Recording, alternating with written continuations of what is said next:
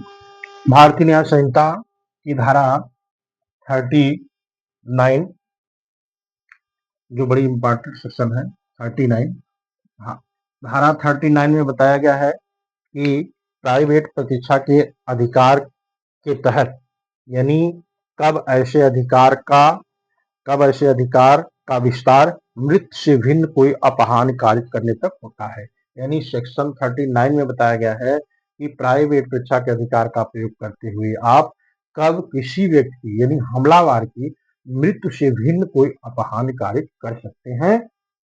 और कब नहीं कर सकते, ऐसा है। यानी एक बार फिर प्राइवेट परीक्षा के अधिकार का प्रयोग करते समय आप हमलावर की कब मृत्यु से भिन्न कोई अपहान कार्य कर सकते हैं, ये 39 में बताया गया है। अब सेक्शन 39 को जानने के लिए हमें दो सेक्शन को जानना पड़ेगा, सेक्शन 38 और सेक्शन 37। हमने इसको पहले हम बताते हैं किसकी, बीएनएसएस की, बीएनएस बीएनएस की और बीएनएस बी यानी बीएनएस की सेक्शन 38 और 37। हमने पहले वीडियो में बताया कि 38 में बताई गई है कि प्राइवेट परीक्षा के अधिकार के तहत आप कब किसी व्यक्ति की मृत्यु कार्य कर सकते हैं, तो और 37 में बताई गई है मृत्यु कार्य कर सकते हैं 38 में, तो 39 में बताया गया है कि प्राइवेट परीक्षा के अधिकार के तहत आप अगर 38 की टर्म कंडीशन नहीं उत्पन्न है तो आप किसी व्यक्ति की मृत्यु कार्य नहीं कर सकते हैं, बल्कि भारतीय न्याय संहिता की धारा 37 के उपबंधों के अधीन रहते हुए उस व्यक्ति की अन्य अपहान्य कार्य कर सकते हैं। एक बार फिर धारा 39 में बताया गया है कि भारतीय न्याय संहिता की कि अगर धारा 38 की सिचुएशन उत्पन्न नहीं होती है तो आप धारा 37 के उपबंधों के अधीन रहते हुए किसी भी व्यक्ति यानी हमलावर की, किसी व्यक्ति नहीं कि हमलावर की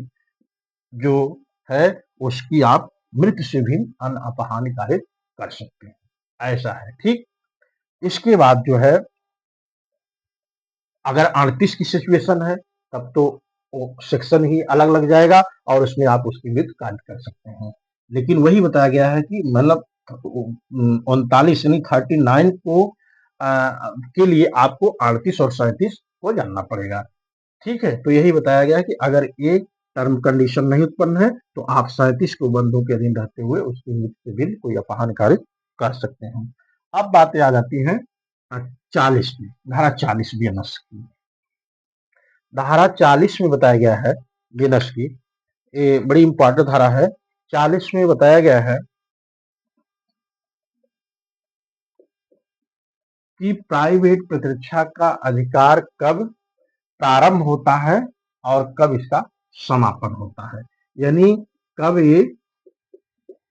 प्रारंभ होता है और कब समाप्त होता है। क्या, प्राइवेट परीक्षा का अधिकार, यानी प्राइवेट परीक्षा का अधिकार कब प्रारंभ होता है कब समापन होता है। तो इसमें बताया गया है कि जब हमला इस प्रकार से किया जाता है या हमला जो किया जाता है उस हमला का जो प्रयत्न है, यानी कोई भी हमला आपके ऊपर किया जाता है या हमला करने का प्रयत्न किया जाता है और ऐसे हमले या ऐसे हमले के प्रयत्न का परिणाम यह है या युक्त से आशंका है उस हमले से या हमले के प्रयत्न से कि अब आपके ऊपर खतरा है, जोखिम है, तो ऐसे उसी समय आपका प्राइवेट परीक्षा का अधिकार का प्रारंभ हो जाता है और जब तक युक्त रूप से आशंका बनी रहती है तब तक प्राइवेट परीक्षा का अधिकार बना रहता है। कुल मिलाकर के on the whole topic section 40 के आधार पर भारतीय न्याय संहिता की आप ये कह सकते हैं कि जब हमला युक्त रूप से हमले के परिणाम स्वरूप आपको यह शंका हो जाती है कि अब जोखिम हो जाएगा या अब खतरा है, तो उसी समय प्राइवेट परीक्षा का अधिकार प्रारंभ हो जाता है और जब तक यह जोखिम या खतरा बना रहता है तब तक प्राइवेट परीक्षा का अधिकार भी बना रहता है। इसको हम एक केस के माध्यम से भी देखते हैं। केस है जयदेव वर्सेज वर्सेज पंजाब पंजाब राज्य AIR 1963 इस केस में माननीय न्यायालय ने बताया कि युक्त युक्त का मतलब बताया। बड़ी अच्छी चीज यहाँ यही है। न्यायालय ने कहा युक्त युक्त से तात्पर्य यह है कि जो खतरा है या जो आपके ऊपर हमला किया जा रहा है वो तत्कालिक होना चाहिए। अगर हमला तत्कालिक है या हमला करने का प्रयत्न जो तत्कालिक है तो आप कह सकते हैं कि युक्त युक्त रूप से आशंका विराजमान है और ऐसी दशा में आप प्राइवेट परीक्षा का प्रयोग कर सकते हैं और उतना कर सकते हैं जितना कि आपको बचने के लिए या बचाव के लिए आवश्यक है, ऐसा बताया गया इसमें। इसके बाद दूसरा जो सेक्शन है महत्वपूर्ण, इसमें सेक्शन 44 इस सेक्शन 44 में बताया गया है कि घातक हमले के विरुद्ध प्राइवेट प्रतिरक्षा का अधिकार जबकि निर्दोष व्यक्ति को अपहानकारित होने की जोखिम हो। यानी घातक हमले के विरुद्ध प्राइवेट प्रतिरक्षा का अधिकार जबकि निर्दोष व्यक्ति को जोखिम हो सकती है या जोखिम निर्दोष व्यक्ति के लिए जोखिम उठाने की संभावना हो, ऐसा भी कह सकते हैं। तो घातक हमले के विरुद्ध प्राइवेट प्रतिरक्षा का अधिकार जबकि निर्दोष व्यक्ति को अपहान हो सकती है। ऐसी दशा में बताया गया है कि अगर जहां स्थित यह विराजमान हो कि घातक हमला किया जा रहा हो आपके ऊपर या हमला करने का प्रयत्न किया जा रहा हो और ऐसी दशा में आप अपने प्राइवेट परीक्षा का अधिकार का प्रयोग करेंगे, लेकिन ऐसा है कि प्राइवेट परीक्षा के अधिकार का प्रयोग करते समय आप किसी निर्दोष व्यक्ति को क्षतिकारित कर देते हैं या निर्दोष व्यक्ति को अपहानकारित कर देते हैं, तो ऐसी दशा में बीएनएस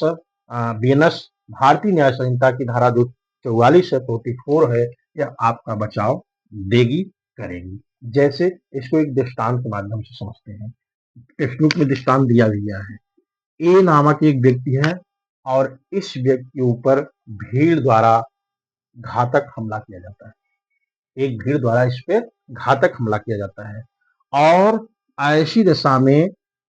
इसके पास बचने का एक ही रास्ता है प्राइवेट परीक्षा का अधिकार, और उसके पास न तो पुलिस के पास जाने का समय है, न किसी लोक प्राधिकारी से मिलने का समय है, न तो कोई एप्लीकेशन देने का समय है। तो ऐसी दशा में ये प्राइवेट परीक्षा का अधिकार का प्रयोग करता है। लेकिन प्राइवेट परीक्षा का अधिकार का प्रयोग करते समय इसको ये भी जानकारी है कि अगर हम अपने बचाव में भीड़ पर गोली चलाते हैं, भीड़ पर जो है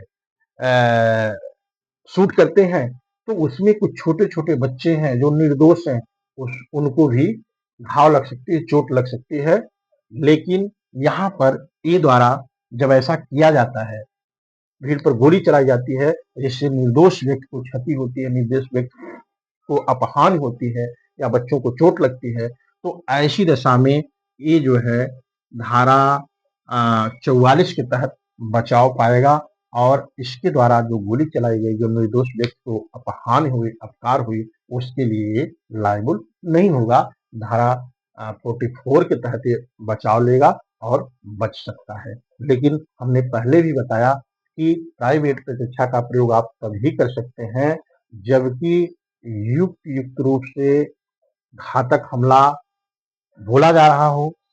और माननीय उच्चतम न्यायालय के केस के माध्यम से हमने बताया कि युक्त युक्त रूप से आशंका का मतलब यह है कि तत्कालिक हमला हो, तत्कालिक खतरा हो।